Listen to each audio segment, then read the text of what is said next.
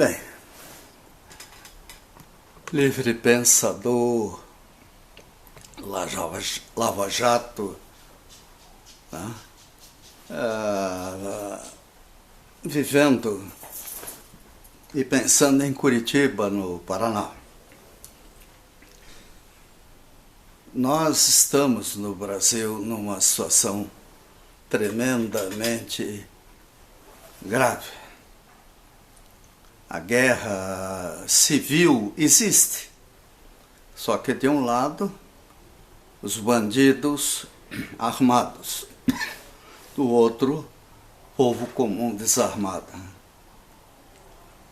O desemprego, a má educação, o mau exemplo das nossas autoridades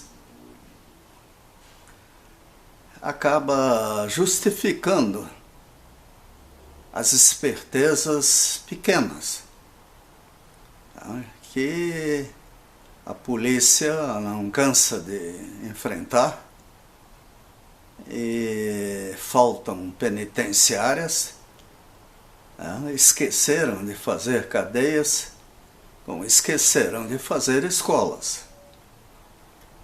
É muito bom ver o nosso presidente inaugurando, se não me engano, uma escola do ensino fundamental em Piauí. O maior problema do Nordeste não é a estiagem, as secas, mas é uma cultura nociva ao povo, que levou à elitização de uma sociedade que ia estudar na Europa e que não se preocupava em educar o povo brasileiro. A reforma protestante fez muita falta ao Nordeste brasileiro. Martinho Lutero, principalmente, teve a ousadia, a coragem de destacar a importância de saber ler, até para ler a Bíblia. Mas eu, pessoalmente, não tenho Bíblias. Eu sou um pensador livre, não um livre pensador, sou um pensador livre. Minha vida, muita coisa aconteceu para que eu despreze coisas inexplicáveis. Entre elas,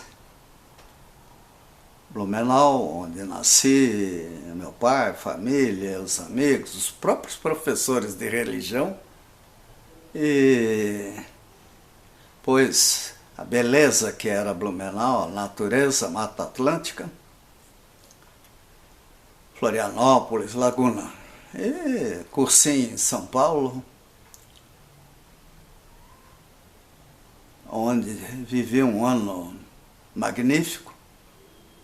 E o planetário era um desses lugares, assim como o Teatro Municipal, os concertos gratuitos aos domingos. Itajubá, onde fiz engenharia, o povo de lá era maravilhoso,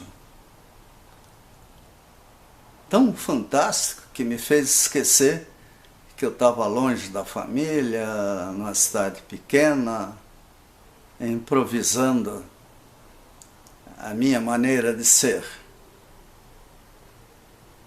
E até curso de extensão universitária de psicologia eu fiz. E gradativamente conheci melhor o João Bosco de Almeida Lacerda, que era o meu professor, autodidata e apaixonado por psicologia. Mas o povo era bom, batalhão de engenharia lá. Quer dizer, o batalhão era composto por oficiais, suboficiais extremamente inteligentes, gente boa. Os padres eram diferentes. a sociedade em si sabia conviver com pensamentos extremos.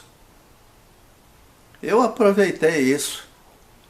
Os amigos criamos um círculo de debates na República, no edifício Suíça, onde 3, 4 sargentos do batalhão de engenharia... lá também tinha fábrica de armas. Batalhão de engenharia e 3, 4 estudantes de engenharia, Itajubá, 4 bichos, como a gente dizia, 3, 4 bichos, né? Pleiteando entrar na escola, e duas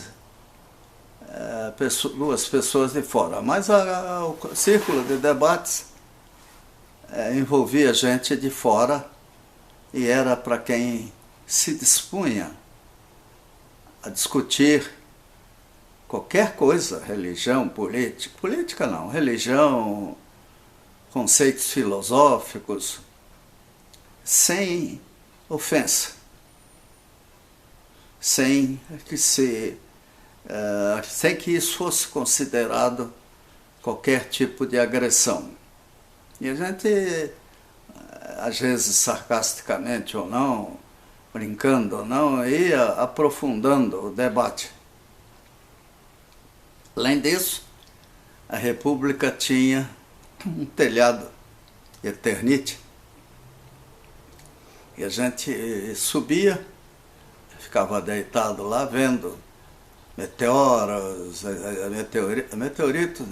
meteoros, estrelas. Até podemos ter visto eventualmente algum meteorito. E as constelações. Constelações que eu aprendi serem em perspectiva, porque na realidade elas não constituem um corpo único. E nunca esquecendo que tudo que a gente vê já passou, e passou há muito tempo. Então, a gente só vê o passado, só estuda o passado, que procuramos projetar para o futuro. Afinal, somos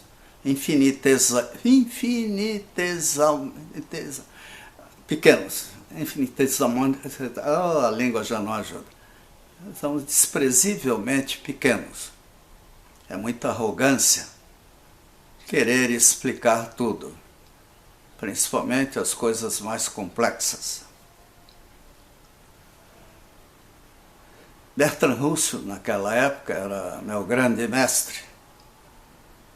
E o que eu gostava do Bertrand Russell eram os 2 parágrafos finais dos livros que ele escrevia.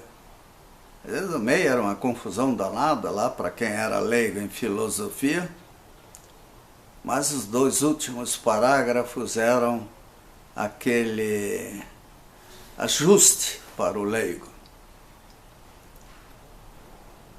Além de Bertrand Russell, uma coleção de grandes escritores daquela época ajudavam a gente a ler, a escrever, a entender. Mas o Brasil, infelizmente, teve poucas cidades do tipo de Itajubá. De modo geral, a intolerância e coisas assim eram muito ruins. Aliás, São Paulo, eu vi essa semana ainda uma reportagem sobre a Bucha, lá na Escola de Direito. Que coisa sensacional. Que, infelizmente, em 1924 foi proibida. Estudando a história do Brasil, a gente vai vendo quanto o Brasil perdeu e por que ele ficou sendo um país-eco no mundo, quintal dos outros.